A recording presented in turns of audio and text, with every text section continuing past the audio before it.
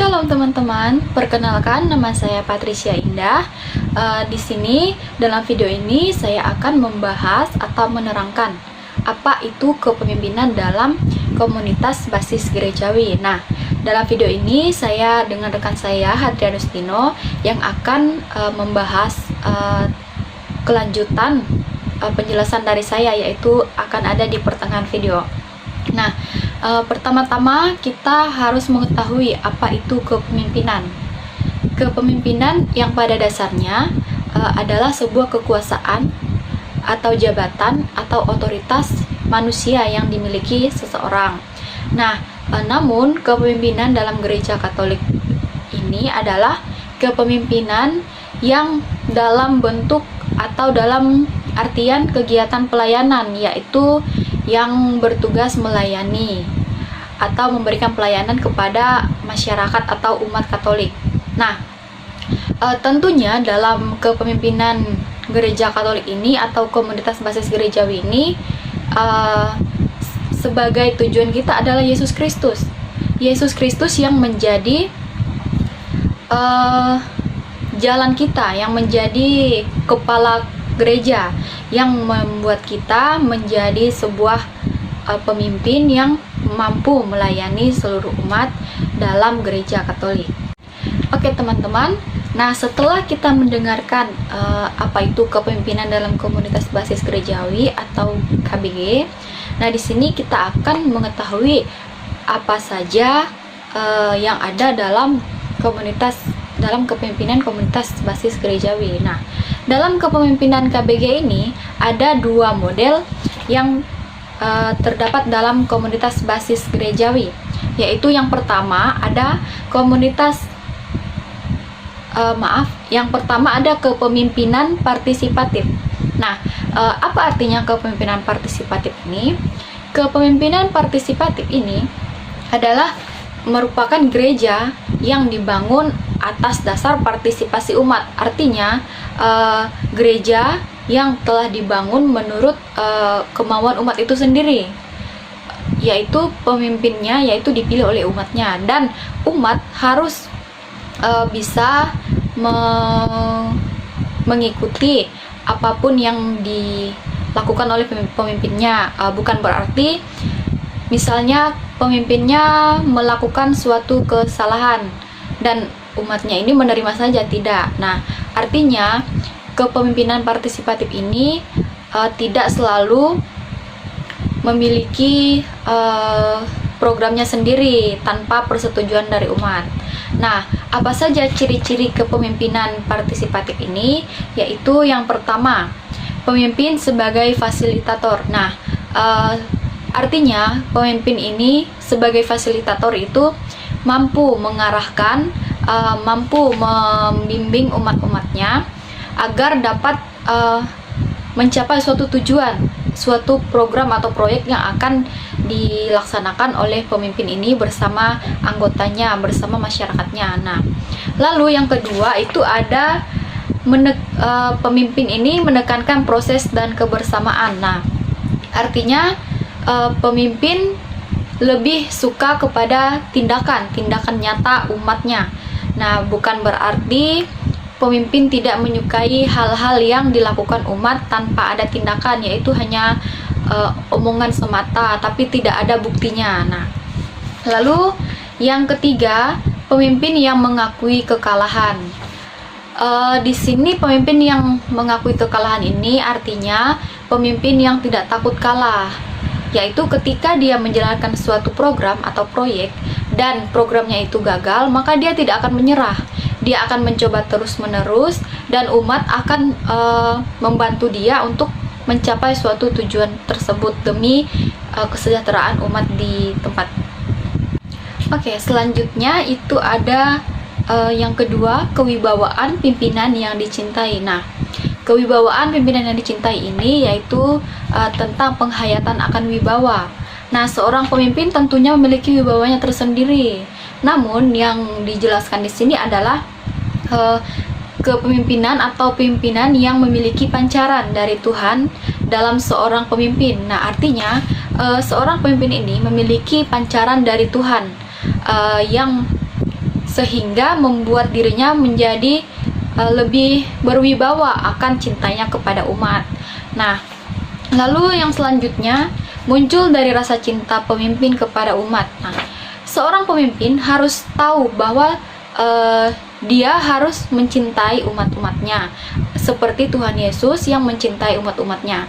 Nah, dengan begitu maka anggota atau umat akan dengan ikhlas, dengan kesadarannya membantu pemimpinnya maupun di paroki ataupun di stasinya akan membantu dengan senang hati tanpa memikirkan bahwa pemimpin itu tidak mencintai umatnya atau pemimpin itu masa bodoh atau acuh tak acuh kepada umatnya, sehingga umat itu merasa bahwa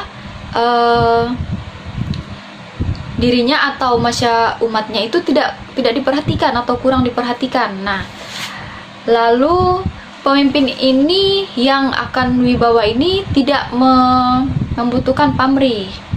Nah, yaitu sikap tanpa pamrih ini tadi harus ada kepada seorang pemimpin. Artinya, ketika ia melakukan suatu pelayanan dalam stasi, lingkungan maupun paroki, dia tidak sepenuhnya mengharapkan pamrih seperti diberi uang, diberi makan. Nah, tujuannya itu datang di tempat kita, dia memberikan sebuah pelayanan, mewartakan apa yang seharusnya ia lakukan. Baik, selanjutnya itu ada kewibawaan dan rasa cinta akan keadilan dan kebenaran. Nah, artinya seorang pemimpin itu harus berpegang teguh kepada keadilan dan kebenaran. Nah, tentunya seorang pemimpin memiliki rasa cinta, rasa sayang, rasa tenggang rasa kepada umat-umatnya. Bukan berarti ia harus mengikuti apa yang umatnya mau, seperti umatnya mau pemimpinnya harus setiap hari datang di stasi, itu juga tidak mungkin karena mengingat pemimpin atau tenaga pastoral di paroki itu sedikit. Nah, artinya pemimpin yang memiliki rasa cinta atas keadilan dan kebenaran itu yaitu pemimpin yang mampu menghargai dan menjalankan kebenaran dan keadilan sesuai dengan yang sudah ditentukan, tidak membanding-bandingkan atau tidak membeda-bedakan umatnya. Nah, seperti itu. Lalu ada juga kewibawaan dan wibawa orang lain serta sikap terhadap struktur. Nah, artinya kewibawaan dan wibawa orang lain ini tentunya akan berpengaruh terhadap susunan atau struktur yang telah dibuat. Misalnya, ketika seorang pemimpin membuat sebuah susunan, yaitu membuat pemersatuan umat, yaitu semua umat harus bisa dalam jangka panjang ini harus bisa menikmati rahmat dari Kristus, yaitu Ekaristi, yaitu menerima tubuh dan darah Yesus Kristus. Nah, artinya ketika seorang pemimpin menyusun strukturnya dengan salah, maka tidak akan bisa sesuai, maka dia akan menaburkan sesuatu yang tidak baik. Nah, tentunya seorang pemimpin ini juga harus teliti dalam melakukan penyusunan sebuah kewibawaan atau strukturnya dalam masa pimpinannya. Nah, jadi begitu menurut sesuatu yang telah saya ketahui dari keseluruhan ini tadi, yaitu pentingnya menjadi seorang pemimpin yang harus ikhlas, harus memiliki tanggung jawab terhadap umat-umatnya. Baik, yang kelima itu ada kewibawaan dan masalah. Nah, kewibawaan dan masalah ini kita sebagai pemimpin tidak harus mencampur adukan dengan kepentingan umum, seperti misalnya pemimpin memiliki masalah keluarga, lalu dia ditugaskan untuk membimbing umat-umatnya menjadi pemimpin yang dapat memberikan contoh baik kepada umatnya. Nah, di situ dia akan tidak fokus dengan masalah yang dihadapinya dan masalah yang dihadapi umat. Nah, jadi sebagai pemimpin ini harus bisa membedakan atau tidak mencampur adukan permasalahan pribadi dengan permasalahan kepentingan umum. Nah, sehingga tugas-tugasnya sebagai pemimpin ini dapat berjalan dengan baik. Baik, saya akan lanjutkan penjelasan materi dari rekan saya, Saudari Indah tadi. Sekarang kita masuk kepada dasar kepemimpinan hierarki dalam Gereja Katolik.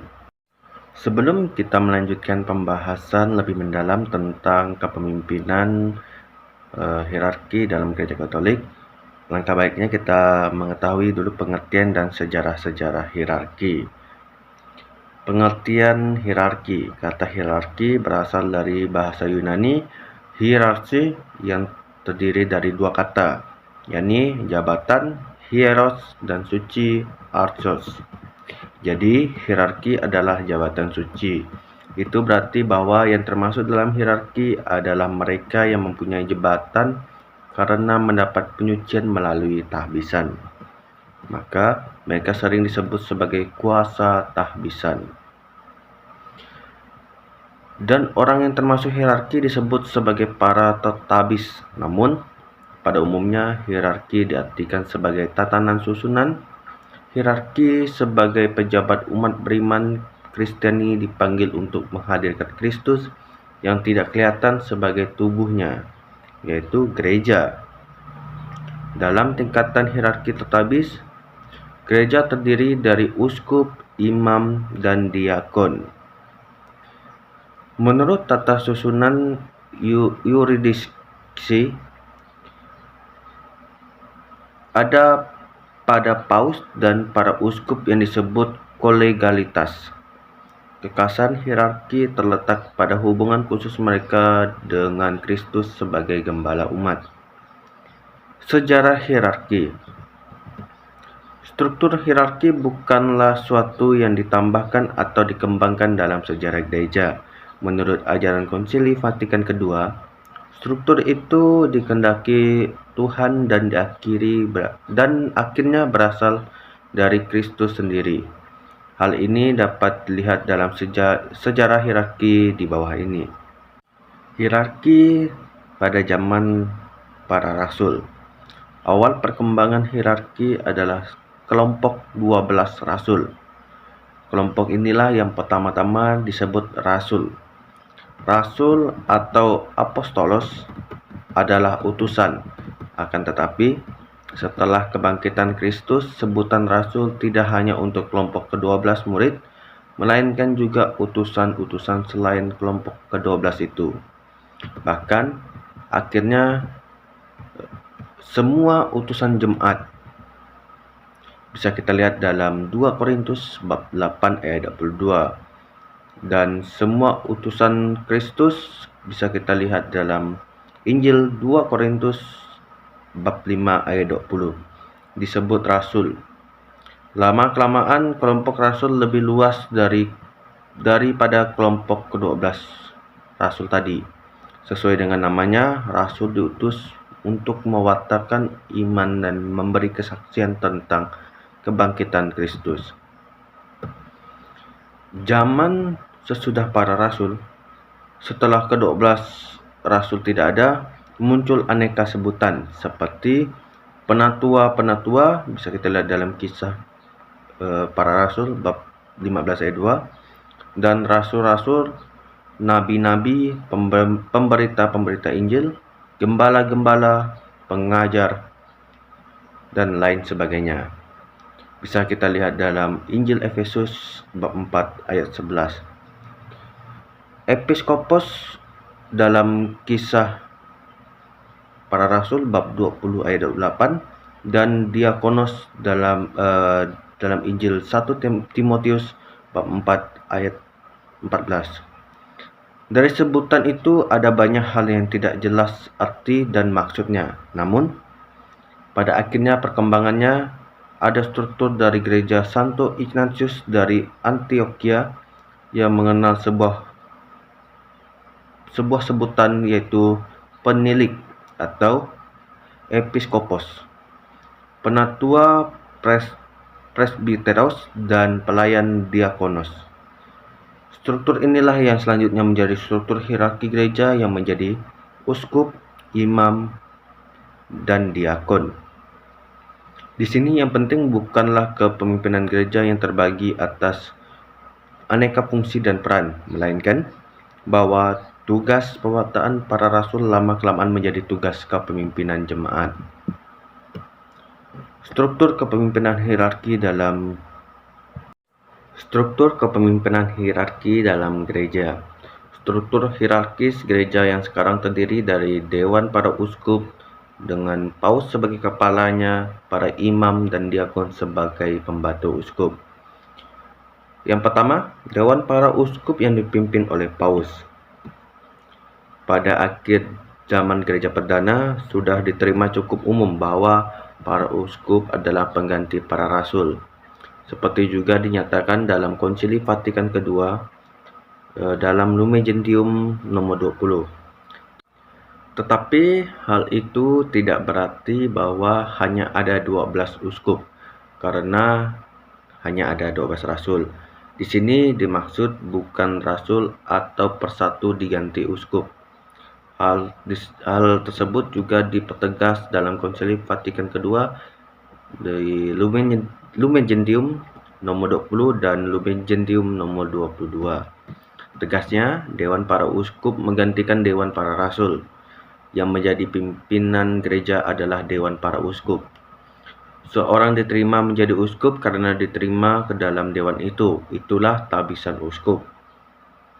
Seorang menjadi Dewan Para Uskup dengan menerima tahbisan sakramental dan berdasarkan persekutuan hierarkis dengan kepala paus maupun para anggota dewan. Itu terdapat dalam Lumen Gentium nomor 22. Mengingat sifat kolegial ini, tahbisan uskup selalu dilakukan oleh paling sedikit 3 uskup. Sebab tahbisan uskup berarti bahwa seorang anggota baru diterima ke dalam Dewan Para Uskup. Terdapat dalam Lumen Gentium nomor 21. Kristus mengangkat Petrus menjadi ketua para rasul lainnya untuk mengembalakan umatnya. Paus pengganti Petrus adalah pemimpin para uskup. Menurut kesaksian tradisi, Petrus adalah uskup Roma pertama. Karena itu Roma selalu dipandang sebagai pusat dan pedoman seluruh gereja. Maka menurut keyakinan tradisi, uskup Roma itu pengganti Petrus, bukan hanya sebagai uskup lokal, melainkan terutama dalam fungsinya sebagai ketua dewan pimpinan gereja.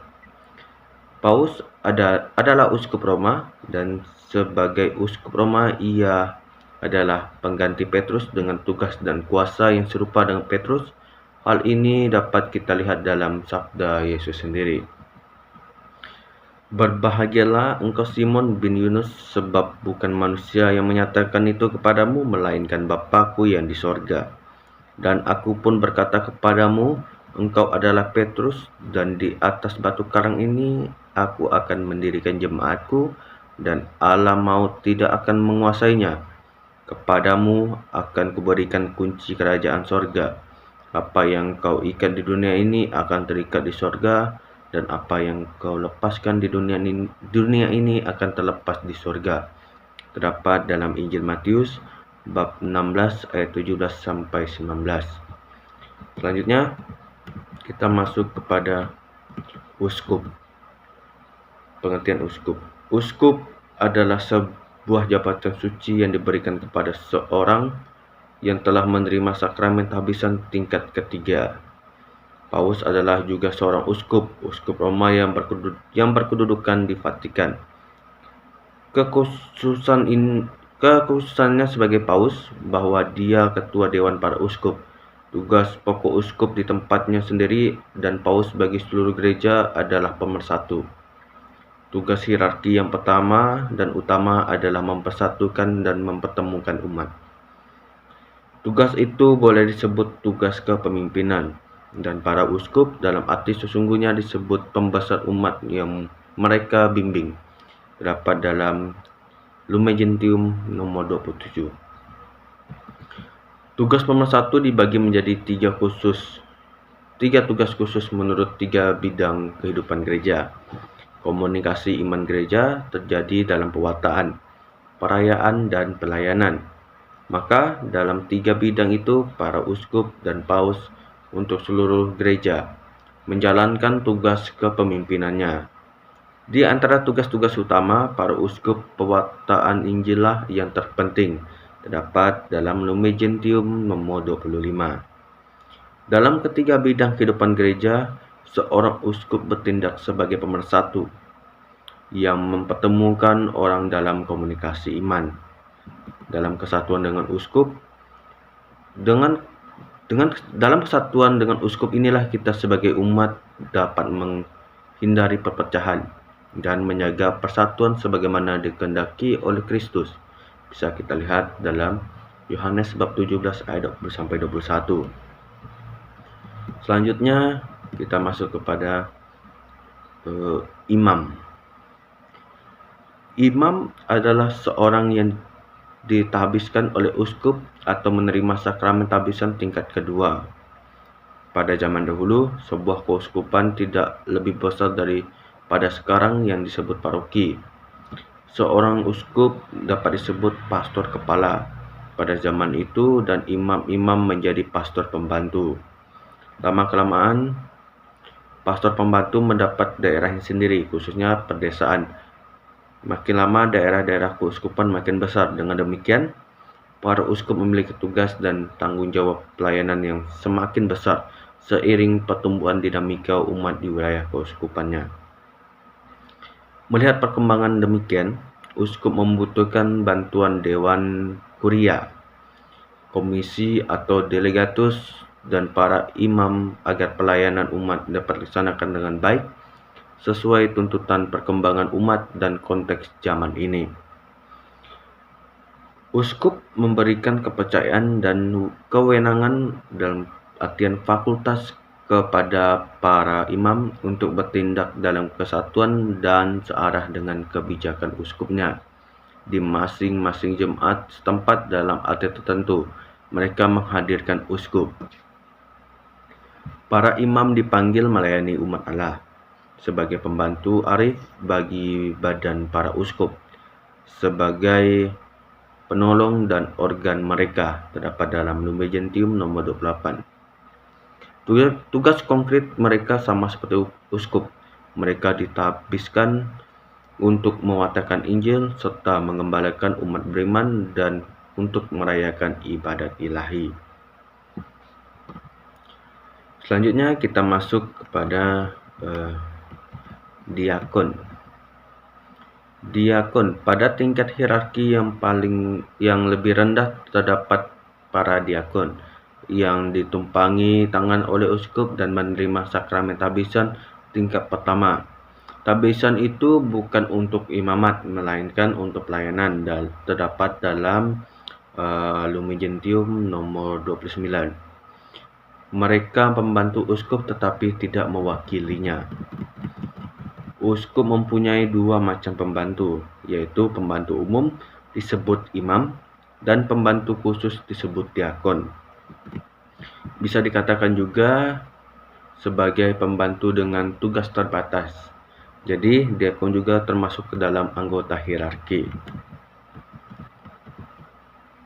Selanjutnya kita melihat tentang kardinal. Seorang kardinal adalah seorang uskup yang diberi tugas dan wewenang memilih paus baru. Bila ada seorang paus yang meninggal, sejarah awalnya karena paus adalah uskup Roma, maka paus baru sebetulnya dipilih oleh pastor-pastor kota Roma, khususnya pastor-pastor dari gereja-gereja utama, kardinalis. Dewasa ini para kardinal dipilih dan diangkat langsung oleh paus dari uskup-uskup seluruh dunia. Lama-kelamaan para kardinal juga berfungsi sebagai penasihat paus. Bahkan fungsi kardinal menjadi suatu jabatan kehormatan. Sejak abad ke-13 warna pakaian khas adalah merah lembayung. Kardinal bukan jabatan hierarkis dan tidak termasuk struktur hierarkis. Jabatannya adalah uskuplah yang merupakan jabatan hierarkis dan masuk dalam struktur hierarki. Para uskup yang dipilih oleh paus sebagai kardinal kemudian membentuk suatu dewan kardinal. Jumlah dewan yang berhak memilih paus dibatasi sebanyak 120 orang dan di bawah usia 80 tahun. Sekarang kita masuk kepada dasar kepemimpinan hierarki dalam Gereja Katolik. Menurut ajaran resmi gereja, kepemimpinan dalam gereja diserahkan penuh kepada hierarki sebagai pengganti para rasul. Struktur hierarkis termasuk hakikat kehidupannya juga. Perutusan ilahi yang dipercayakan Kristus kepada para rasul itu akan berlangsung sampai pada akhir zaman. Bisa kita lihat dalam Injil Matius bab 28 ayat 20. Sebab Injil yang harus mereka wartakan bagi gereja merupakan asas seluruh kehidupan untuk selamanya. Maka dari itu, dalam himpunan yang tersusun secara hierarkis itu, yaitu para rasul telah berusaha mengangkat para pengganti mereka. Maka konsili mengajarkan bahwa atas penetapan ilahi para uskup menggantikan para rasul sebagai gembala gereja.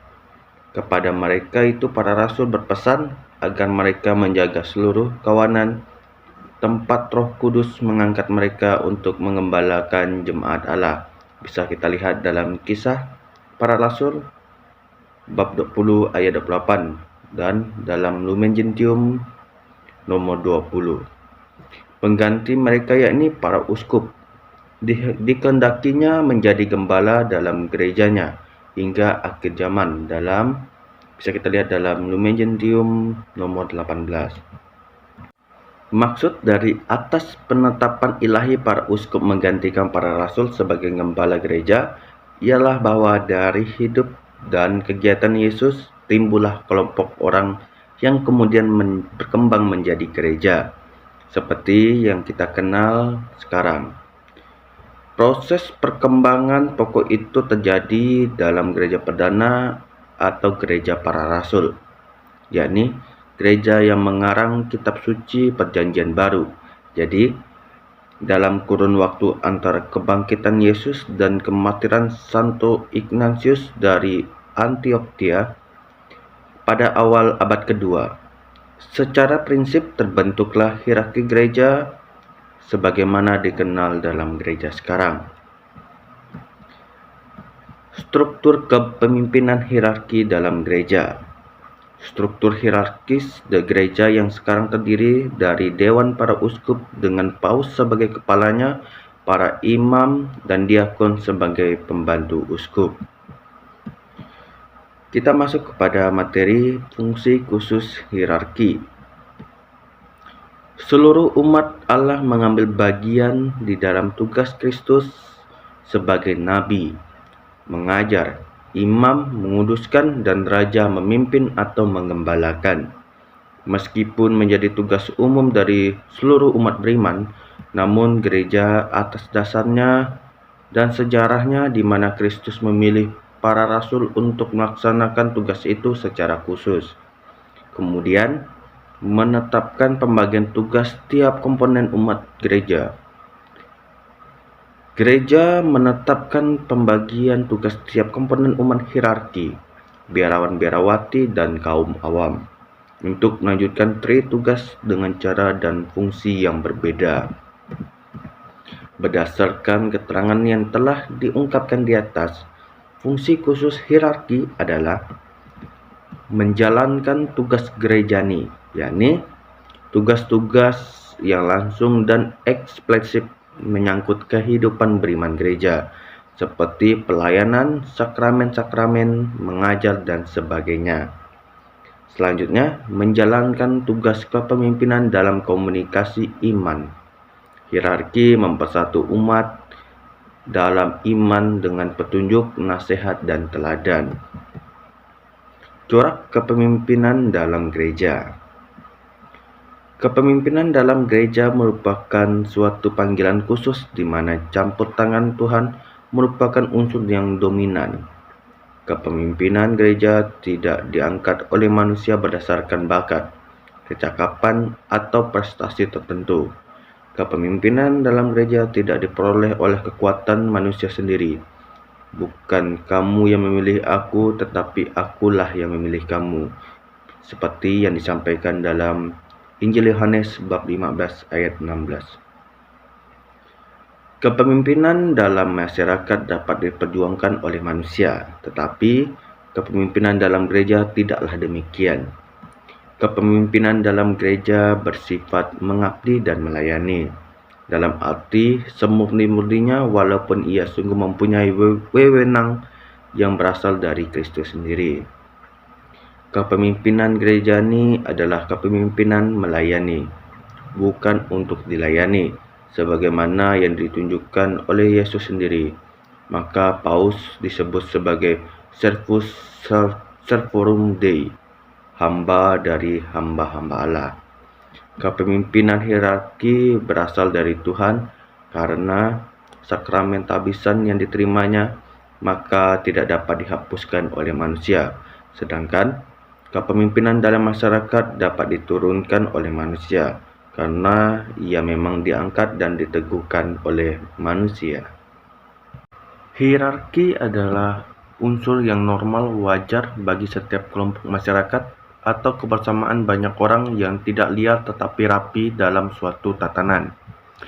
Ada bersama serta kerjasama yang berkebudayaan.